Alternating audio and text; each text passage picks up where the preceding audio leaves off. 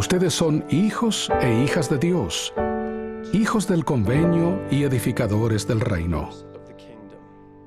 No tienen que esperar hasta tener cierta edad para cumplir con su responsabilidad de colaborar en la obra de salvación de la familia humana. Ustedes tienen los dedos amaestrados para textear y tuitear, para acelerar la obra del Señor, y no solo para comunicarse con sus amigos.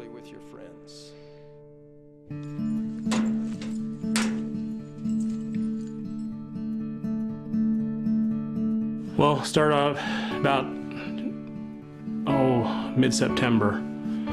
Bishop come to our house and wanted to see Cheyenne. He asked that Cheyenne would accept a calling to work on the Elijah project.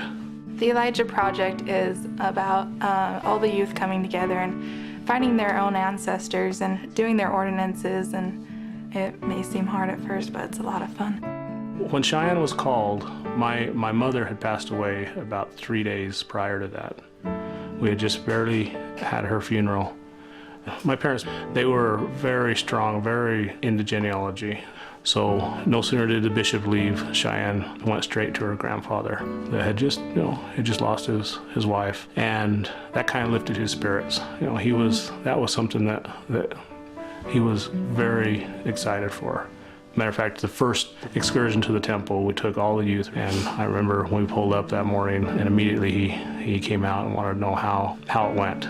So we told him we did over 200 names, Dad. He was just excited. He knew everything and every name. He was constantly on the computer. He never took a break, even until he passed away. He passed away 8 weeks after my mom passed away. He worked with Cheyenne for about 6 weeks before he just couldn't do any more. Almost like a passing of the guard. After my grandparents passed away, I wanted to kind of carry on their work.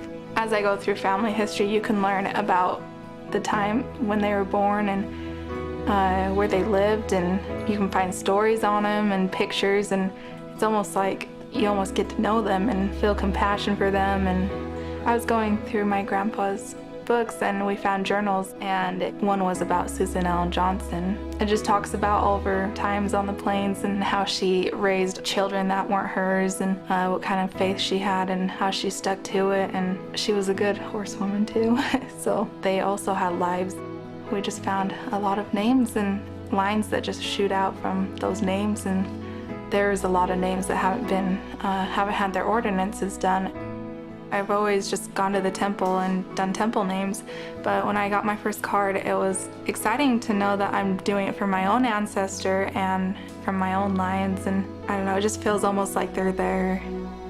This is true. Our children are the ones that inspired us to attend the temple a little more, and we changed our temple night from once a month to once a week. And many times when we leave the home, our kids want to know which names we're taking, and they want a report.